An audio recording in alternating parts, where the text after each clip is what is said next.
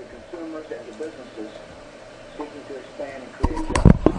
As a result, we must act now to protect our nation's economic health from serious risk. There will be ample opportunity to debate the origins of this problem. Now is the time to solve it. In our nation's history, there have been moments that require us to come together across party lines to address major challenges. This is such a moment. Last night, Secretary Paulson and Chairman Bernanke and Chairman Cox met with congressional leaders of both parties, and they had a very good meeting. I appreciate the willingness of congressional leaders to confront this situation head-on. Our system of free enterprise rests on the conviction that the federal government should interfere in the marketplace only when necessary.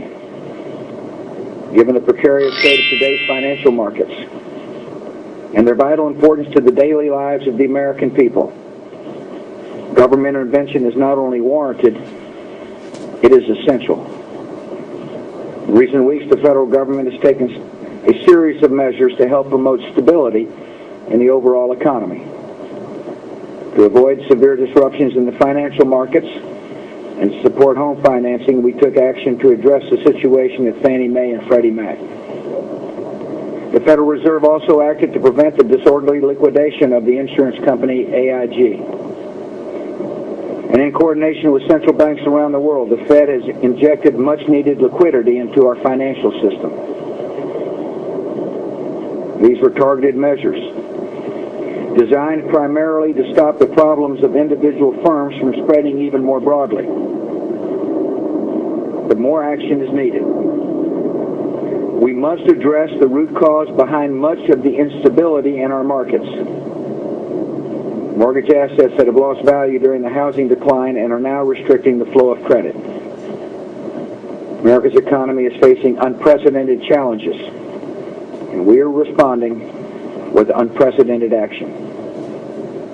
Secretary Paulson, Chairman Bernanke, and Chairman Cox have briefed leaders on Capitol Hill on the urgent need for Congress to pass legislation approving the federal government's purchase of illiquid assets, such as troubled mortgages, from banks and other financial institutions.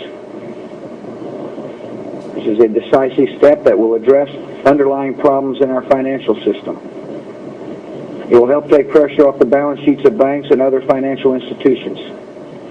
It will allow them to resume lending and get our financial system moving again. Additionally, the federal government is taking several other steps to address the trouble of our financial markets. The Department of Treasury is acting to restore confidence in a key element of America's financial system, money market mutual funds. In the past, government insurance was not available for these funds, and the recent stresses on the markets have caused some to question whether these investments are safe and accessible. The Treasury Department's actions address that concern by offering government insurance for money market mutual funds. For every dollar invested in an insured fund, you'll be able to take a dollar out.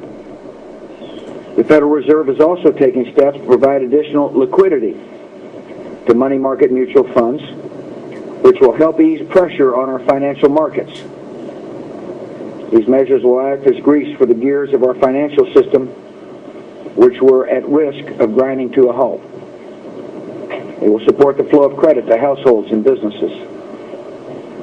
The Securities and Exchange Commission has issued new rules temporarily suspending the practice of short selling on the stocks of financial institutions. This is intended to prevent investors from intentionally driving down particular stocks for their own personal gain. The SEC is also requiring certain investors to disclose their short selling and has launched rigorous enforcement actions to detect fraud and manipulation in the market. Anyone engaging in illegal financial transactions will be caught and persecuted. Finally, when we get past the immediate challenges, my administration looks forward to working with Congress on measures to bring greater long-term transparency and reliability to the financial system, including those in the regulatory blueprint submitted by Secretary Paulson earlier this year. Many of the regulations governing the functioning of America's markets were written in a different era. It is vital that we update them to meet the realities of today's global financial system. The actions I just outlined reflect the considered judgment of Secretary Paulson, Chairman Bernanke, and Chairman Cox. We believe that this decisive government action is needed to preserve America's financial system and sustain America's overall economy. These measures will require us to put a significant amount of taxpayer dollars on the line. This action does entail risk, but we expect that this money will eventually be paid back. The vast majority of assets the government is planning to purchase have good value over time, because the vast majority of homeowners continue to pay their mortgages. The risk of not acting would be far higher. Further stress on our financial markets would cause massive job losses, devastate retirement accounts, and further erode housing values, as well as dry up loans for new homes and cars and college tuitions. These are risks that America cannot afford to take. In this difficult time, I know many Americans are wondering about the security of their finances. Every American should know that the federal government continues to enforce laws and regulations protecting your money. Through the FDIC, every savings account, checking account, and certificate of deposit is insured by the federal government for up to $100,000. The FDIC has been in existence for 75 years, and no one has ever lost a penny on an insured deposit, and this will not change. America's financial system is intricate and complex. But behind all the technical terminology and statistics is a critical human factor: confidence. Confidence in our financial system and in its institutions is essential to the smooth operation of our economy. And recently that confidence has been shaken. Investors should know that the United States government is taking action to restore confidence in America's financial markets so they can thrive again. In the long run, Americans have good reason to be confident in our economic strength.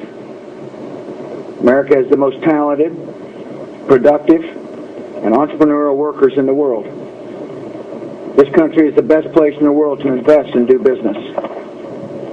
Consumers around the world continue to seek out American products, as evidenced by record high exports. We have a flexible and resilient system that absorbs challenges and makes corrections and bounces back. We've seen that resilience over the past 8 years. Since 2001, our economy has faced a recession, the bursting of the dot-com bubble, major corporate scandals, an unprecedented attack on our homeland, a global war on terror, a series of devastating natural disasters. Our economy has weathered every one of these challenges and still managed to grow. We will weather this challenge too, and we must do so together. This is no time for partisanship. We must join to move urgently needed legislation as quickly as possible, without adding controversial provisions that could delay action. I'll work with Democrats and Republicans alike to steer our economy through these difficult times and get back to the path of long-term growth. Thank you very much.